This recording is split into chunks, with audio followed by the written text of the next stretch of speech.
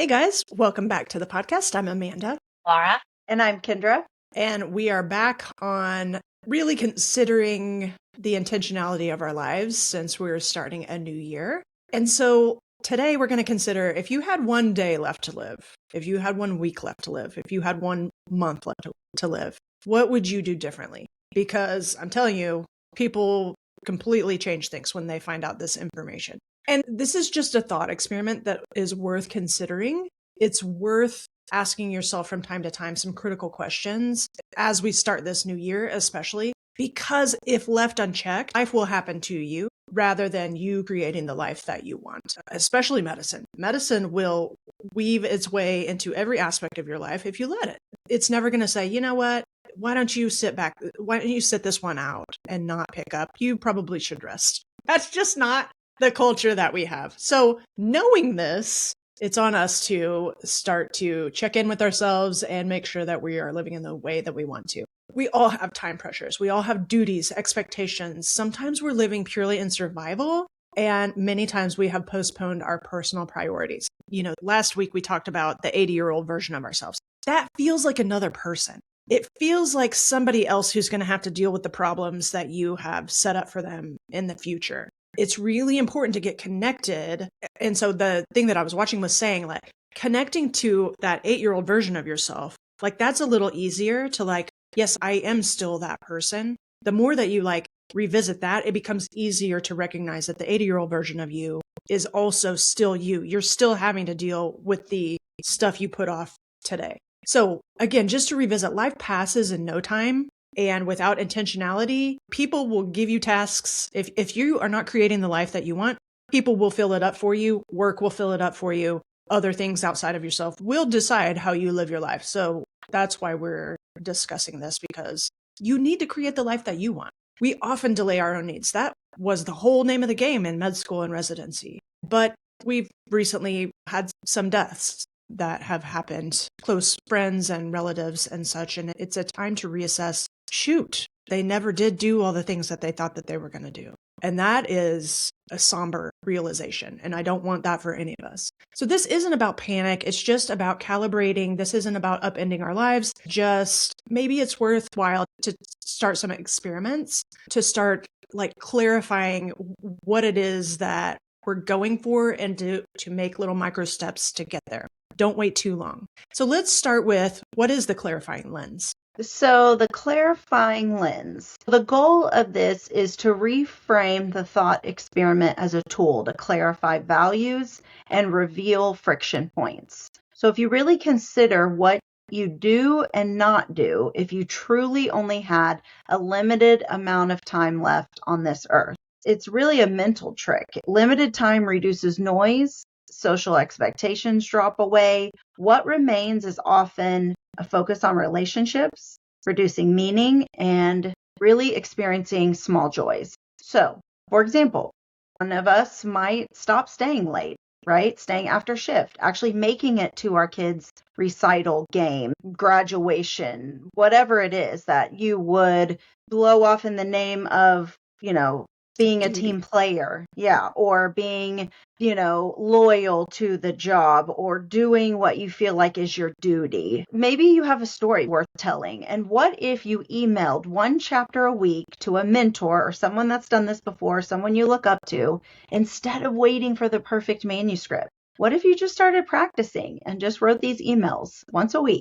and started there? You got to start somewhere. What if you figured out real quickly if you really wanted to hold on to that grudge, that resentment, that bitterness, or forgive and move on? We talk about this a lot in the perspective of bitterness, resentment, unforgiveness. It's poisoning you. It's not doing anything to the person that you feel has done the injustice or wronged you. So what would that look like to forgive them? Maybe even forgive yourself, because sometimes I think we hold ourselves captive because we're like, once we recognize that we've held this grudge for so long, then we beat ourselves up. Oh my gosh, why did I hold this grudge so long? That's counterproductive. That's not the way that helps us move on. Let me interject with the people who alarm bells are going off in their brains right now. You can forgive someone and still keep a boundary.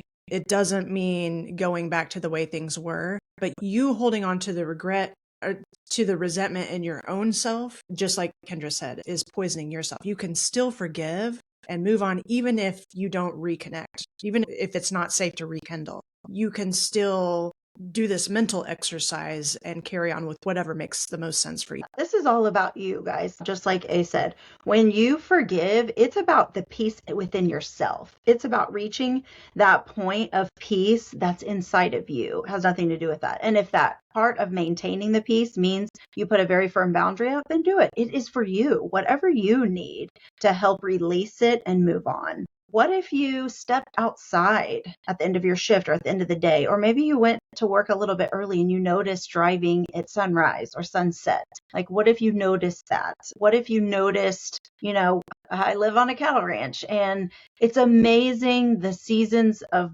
birth that we go through on the ranch. We have two very distinct seasons, and just going through those seasons of having all these babies running around, all over our place, but also noticing that, just like A said, we've had now winter comes and it just seems like everything goes into hibernation or everything dies, kind of a season of just death and then renewal. But you just start to notice, like, even the farm isn't as vibrant as it was, in the spring and summer.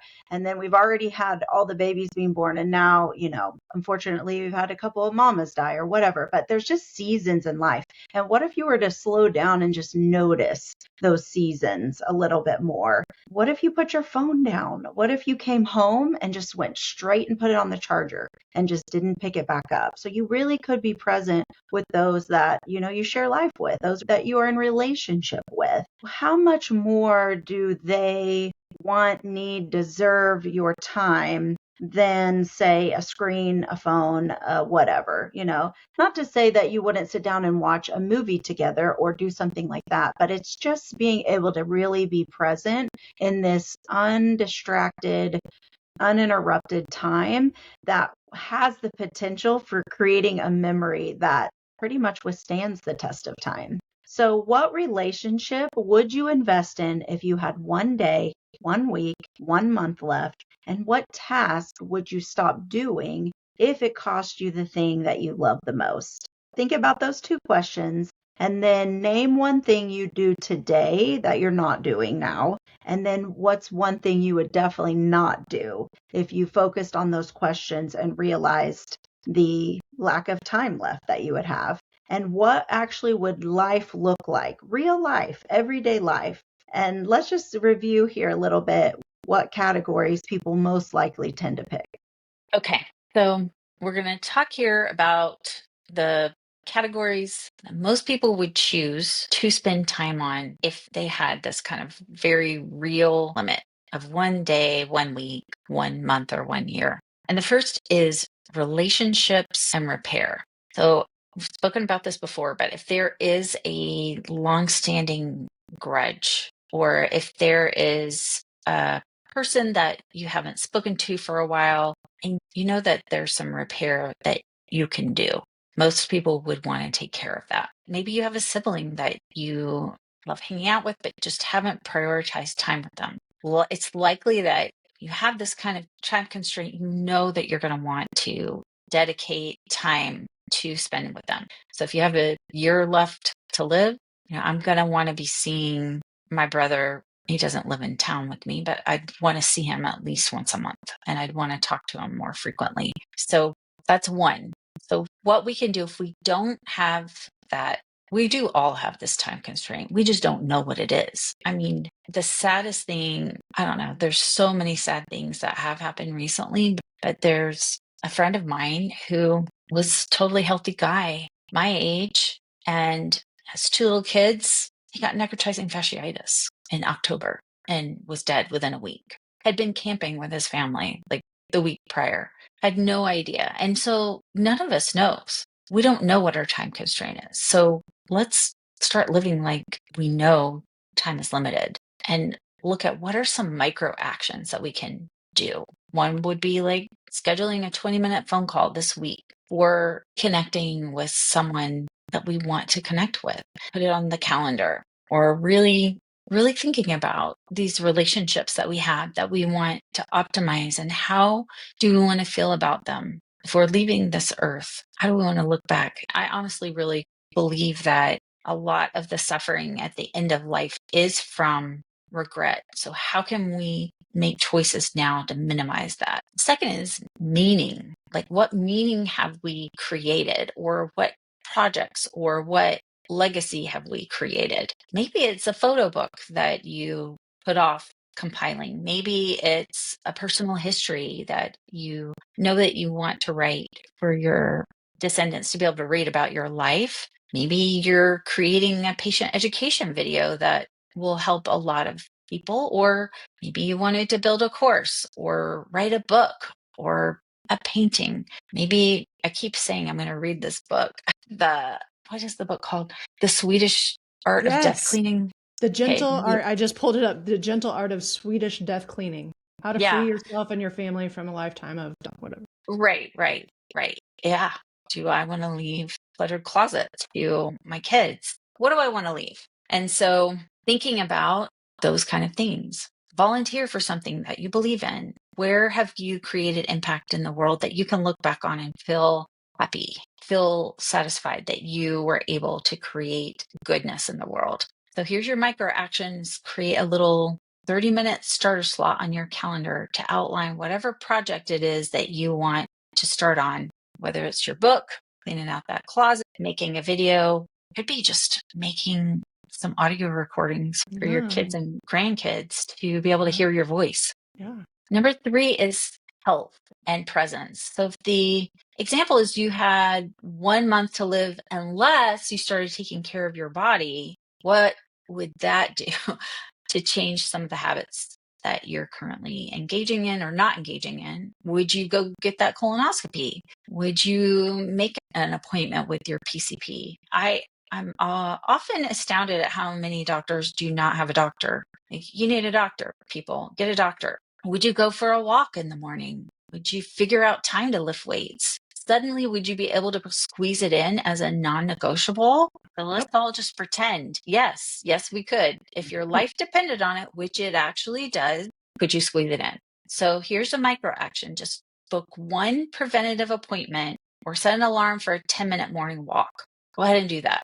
Number 4, clean slate and practicalities. This kind of goes back to the clutter closet situation. So at the end of our lives, we don't want to leave people we love with a bunch of craziness. So we want to get our wills in order, organize all legal paperwork. If you want to trust, get that set up, get your advance directives, have a central place for your passwords that you can share with your kids or whoever's going to be in charge of that stuff. Literally get your affairs in order. So a micro action would be to identify the single most important document that you lack, like a will or advance directive, and email your partner about it today or take some action to get that done.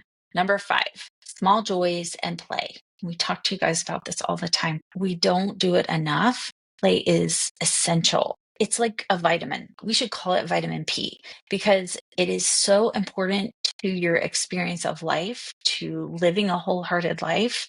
And the idea of play is just kind of stomped out of us in medical training, which is so interesting though, because we still find it in these in this dark humor that we develop. Like, we're not allowed to have fun, but we find ways. And Amanda's got a great story about wrapping up a non-baby as a baby. Oh, We you find can. play, but it's really good to be intentional about it. So learn to play a song on the guitar. The ukulele is really easy to learn. So learn the ukulele is how they pronounce it. Plan a trip. I advocate that everyone always has a trip planned that they're looking forward to. As soon as you get back from one, plan another one. Make sure that you have something fun and exciting to look forward to, because oftentimes looking forward to it is a substantial amount of the fun. If you don't have a bucket list, make one and choose something on your bucket list to plan and carry it out. So your micro action is choose one small pleasure and block 2 hours this month to try it. And that could be any number of things. Something new would be a great option. Something novel will engage different parts of your brain and will help you feel better and more connected. Interestingly, this play has us access the right side of our brain, which is more where our social connections lie and our feelings of connectedness with others in the universe. So get some play going. That is going to help everything. You're going to be happier and you're going to have better relationships because of it. So we've identified a lot of possibilities here. Sometimes the hard part is starting now, but I bet your phone is right near you. It's not hard to just go in your calendar app and set an alert for yourself to do these things. Here's some other ideas about how to begin without burning out or abandoning obligations. Yeah, I hesitate when we're like, if we had one day left to live, well, you can bet I'm probably not going to work. I'm probably, spending money with abandon. So it's just an exercise, though. Maybe it's more realistic to talk about a week or a month or a year. Like, definitely there would be intention that's brought into your life. And that's kind of just the point of this podcast. So now it's clear, probably something's come up, something's probably bubbled up to the surface in your brain of how you might do life differently if you truly did have a limited amount of time. And the great news is you don't have to upend everything in your life. It's not literally you're going to die tomorrow. So we don't have to chuck everything out the window. But there's nothing stopping us from starting to live more in alignment with what we would do if we truly knew that it was all over in a month. So pick from these categories, or maybe there's something else that has come up, but we talked about relationships and repair, if that's what you want to start with, meaning or purpose or projects, your own health and or presence. If you want to get your affairs in order, get things with a clean slate and practicalities. It's always devastating to me when there is a death and then the fallout from it is just ugly. If you could save your family from that and loved ones from that, that does seem like a gift that you can give people. And then small joys and play. Stop putting off life and start living it. So start with one of those things. Make it be a practical, low effort way to begin. The thing I procrastinate the most is when I've turned something into a giant project that it never needed to be, as big or as daunting as I made it out to be in my mind. You can start with 5 minutes. You can start with 10 minutes. A lot of perfectionists, if you have that tendency, are very all or nothing. This is not the scenario for that. Let's start introducing 5 or 10 minutes here or there on your way to building the life that you want. The hardest part is always starting and making it a high likelihood that you're going to be able to stick with this. Right? How many people have made a New Year's resolution and it's like, I'm going to eat absolutely clean, no excuses. I'm going to work out 3 hours a day. I am going to have the best relationships. I'm going to come on. Yeah. When it becomes evident that that is not an easy task to completely upend your life, there's a reason why your life is like it is right now, right? Then you just are like, well, screwed that up and you completely abandon the whole thing. That's not what we want to do. That's not the best way to start a new habit. The best image that it turns out I think in pictures a lot is there's 2 ladders and one is the rungs are so high that you can't even get on in the first place versus a ladder where it's easy to get on the ladder and the rungs are close together. So it's really not a big deal to keep advancing to the next thing, to the next little thing, to the next little thing. You get to the same place, but one is so much easier to get on that ladder and get going than the giant rung that you have to go get another ladder, go find that, get a friend to hoist you up on his shoulders. That's just an image that's like, oh yeah, I could just start with something that's easy and sustainable and get me on the path. I'll get there a lot faster than if I make it completely unattainable. So start with micro experiments. Another thing that holds me back sometimes is well, if I decide to do this, that's just how it's going to be forever. That's again, that all or nothing thing. Here's the deal. You can always go back to your same dysfunctional, choices in the first place. That's always available. It's your choice. You can do that. But what we're trying to get you to do is start doing micro experiments with would my life be better if I started to do this? So just make a small commitment to be all in with a small decision for 2 to 4 weeks and see how it goes. You're gathering scientific data. That's another image that makes sense to me is I'm testing a hypothesis and if it works, great. Then I can go on to the next phase. If it doesn't work, then I can reassess and go try it a different way and see if it works better that way. So maybe test having a family dinner for 3 weeks. And is it sustainable? Does it make sense to do it 3 times a week? Does it make sense? Or it just doesn't fit in with your family? But like, just start somewhere and start testing it to get that data so that you can tweak and get feedback and make it a life that you're intentional about. For some of these things, you might need to have boundary tools. So maybe you set up in your Gmail account a 2-sentence template ready to go for when you get asked to be on that next committee. I am full for this quarter, but thank you. If this is still a need in 3 months or 6 months, we can reassess from there. I love you and no. Yes, exactly. Just having some of those in your back pocket and ready to go makes it a lot easier to not like freeze up in the moment and accidentally say yes when you meant no. Maybe you have office hours where you put your phone away and you block off time to accomplish the things that are important in your life, but you keep putting off. That's a really useful thing that really successful people use, is a focus time. Maybe it's 30 minutes, maybe an hour. You can accomplish so much more if that's a non-negotiable and there are no distractions. Yeah, so for instance, thanks for the invite for this next committee. My clinical schedule is full this quarter. Let's revisit. Or I really do think that it is a useful exercise each week to time block to these are the things that I need to accomplish. This is when I'm going to do it. Because otherwise I save it up till Sunday. And then guess what? I'm out of time. Accountability in small systems can help. So if there's another friend who is also interested in doing the same thing, you can be an accountability partner. Maybe you are accountable to yourself. And so, there's the expectation that you journal and write 1 sentence about what you did that day that mattered. You can start with experiments, like whatever works for you. Maybe the next time you work with your favorite work bestie, like there is an expectation that they're going to ask you about what you did that mattered this week. A lot of us are people pleasers. And so rather than fighting that tendency, you build that in. You make sure that somebody is going to ask you about it, because if I know that, there is a whole lot more likelihood that I'm going to do the thing that I said I was going to do.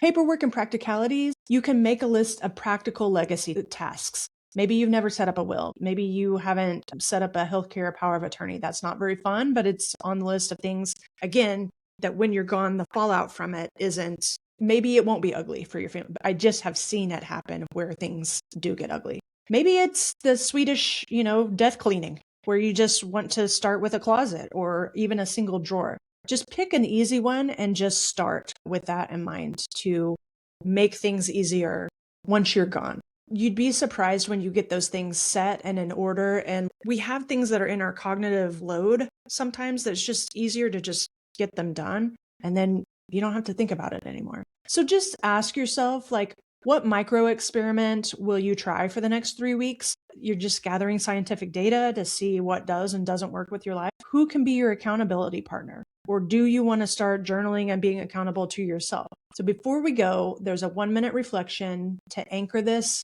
If you're driving, then wait till you're at a stoplight or till you get home. But otherwise, if you're somewhere safe, just close your eyes, pause what you're doing, take a deep breath, and answer silently. In 1 sentence, what is the single thing that I'm going to start doing if I only had 1 more month to live? Now, pick 1 micro action, 1 thing that you can do this week to get you going towards that commitment. Commit to that action right now. Say it aloud if you're not where you have paper. And once you get to where there's paper, there is something about writing down your commitment to yourself that locks it in a whole lot better. That's really good. So thank you for listening today. That's it for today's episode. If you found this conversation helpful, the best way to support us is to leave a review, and it helps other physicians find us so they can listen to all this goodness. We'd love to hear from you. If you've started an intentionality, if you have done a micro action for the week, let us be your accountability. Email us at podcast@thewholephysician.com. We'd love to talk about it on air. And don't forget, follow us on the socials at The Whole Physician. We love connecting with you there. If you want to join our weekly newsletter or bits of encouragement straight to your inbox, plus all the details of an upcoming masterclass, events, click the link in the show notes to sign up. Thank you for spending time with us today. And until next time, you are whole. You are a gift to medicine, and the work you do matters.